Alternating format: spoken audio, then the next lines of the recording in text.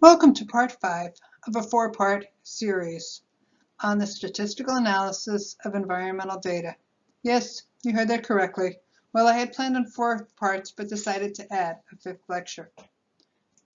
In this lecture, we will look at how to evaluate outlying results, evaluate Pearson coefficients, and generate correlation matrices.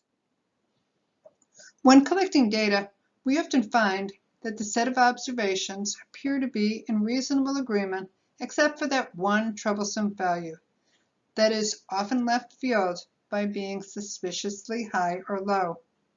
If we know that we did something wrong, we can be justified in eliminating that observation. For example, perhaps we overshot a titration, or we added too much reagent, or we made a mathematical error. But what if that isn't the case? How do we determine if the result is an outlier? Let's look at this set of data.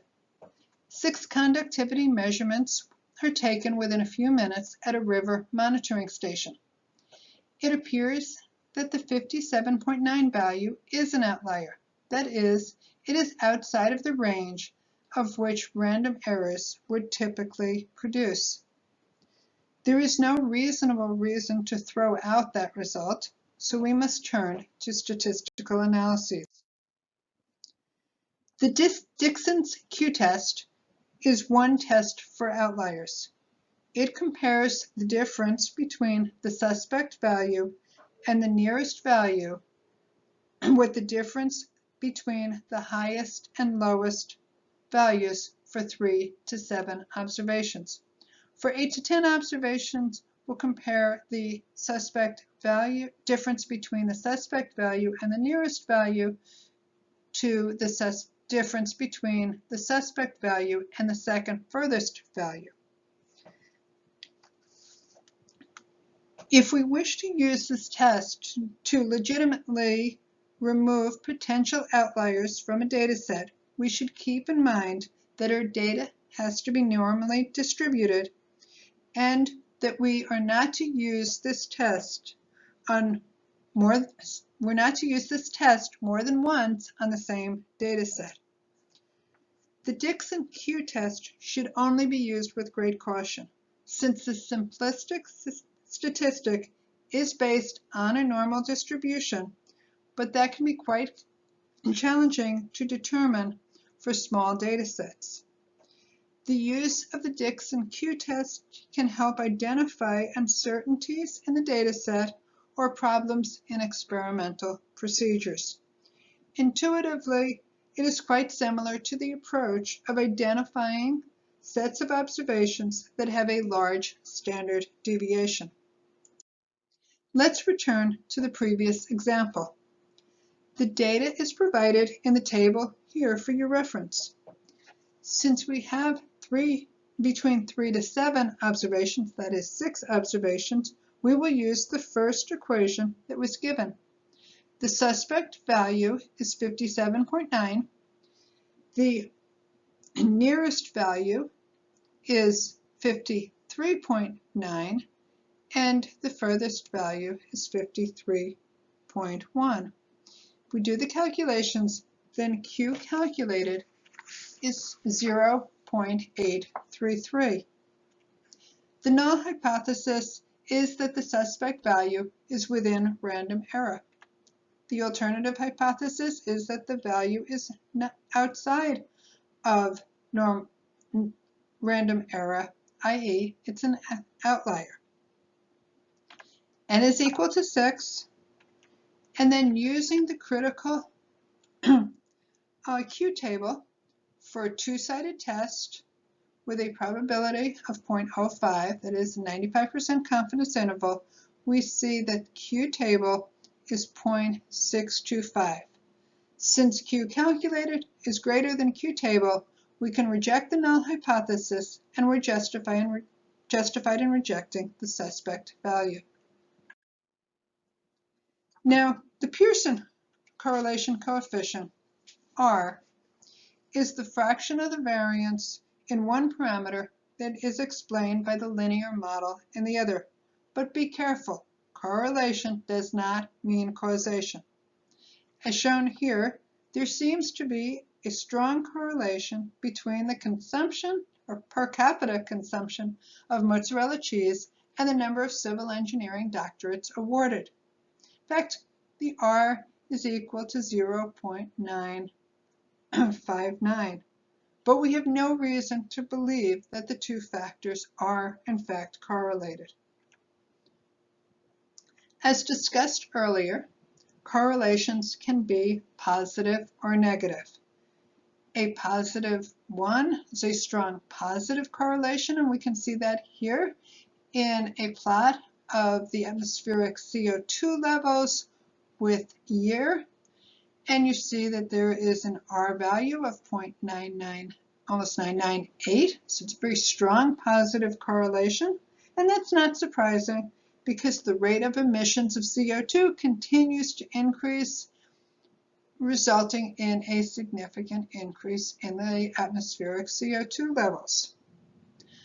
In the plot on the left, we see a plot of POH versus pH, and we see a strong negative correlation here. Not surprising.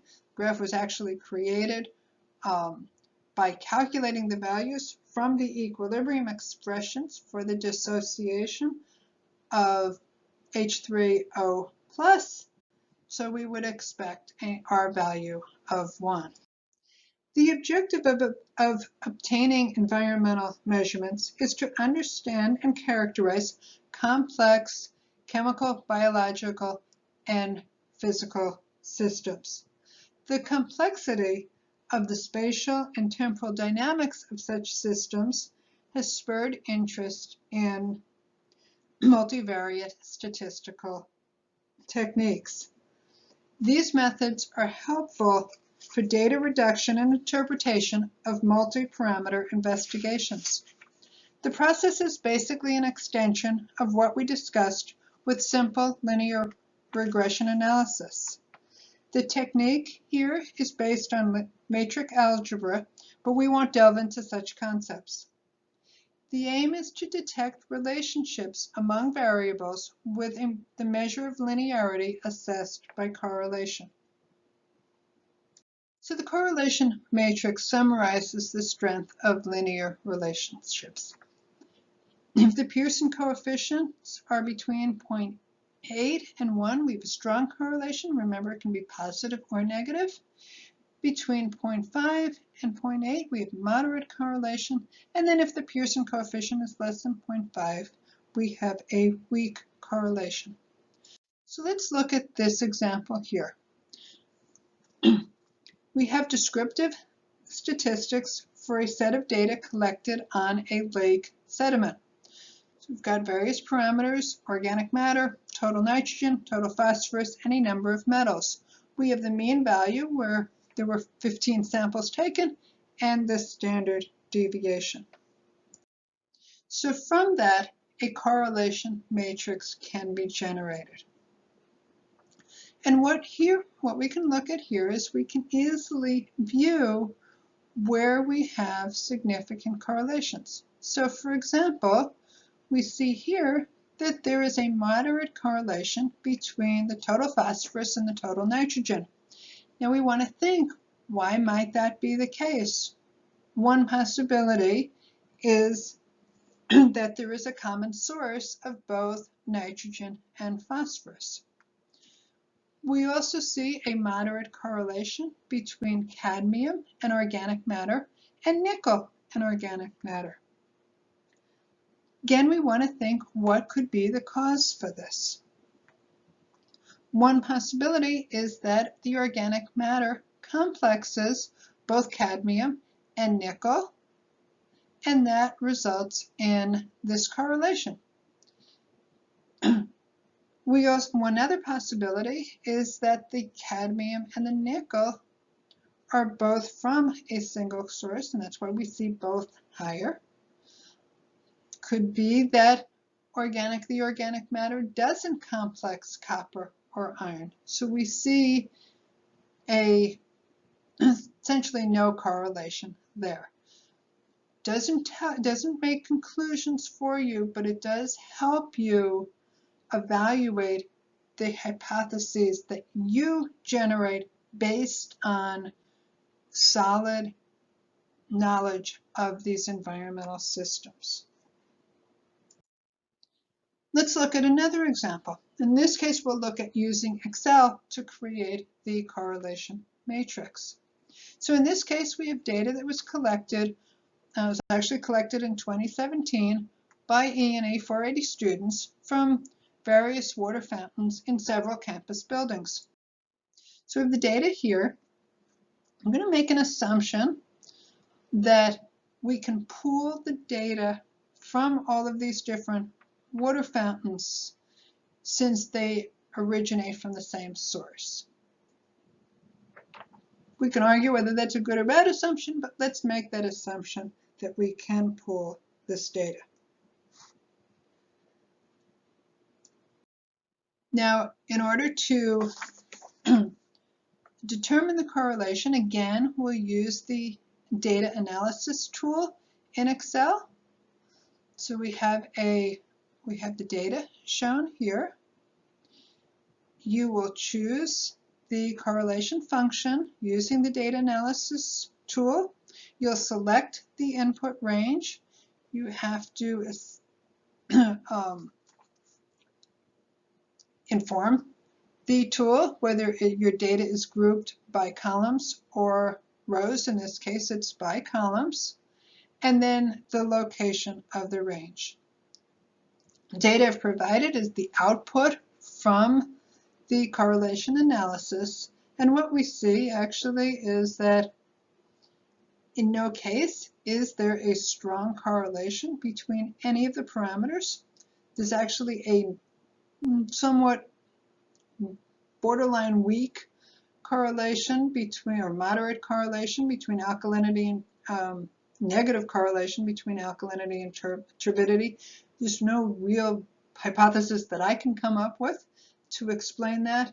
So I'm going to assume that it is really just random.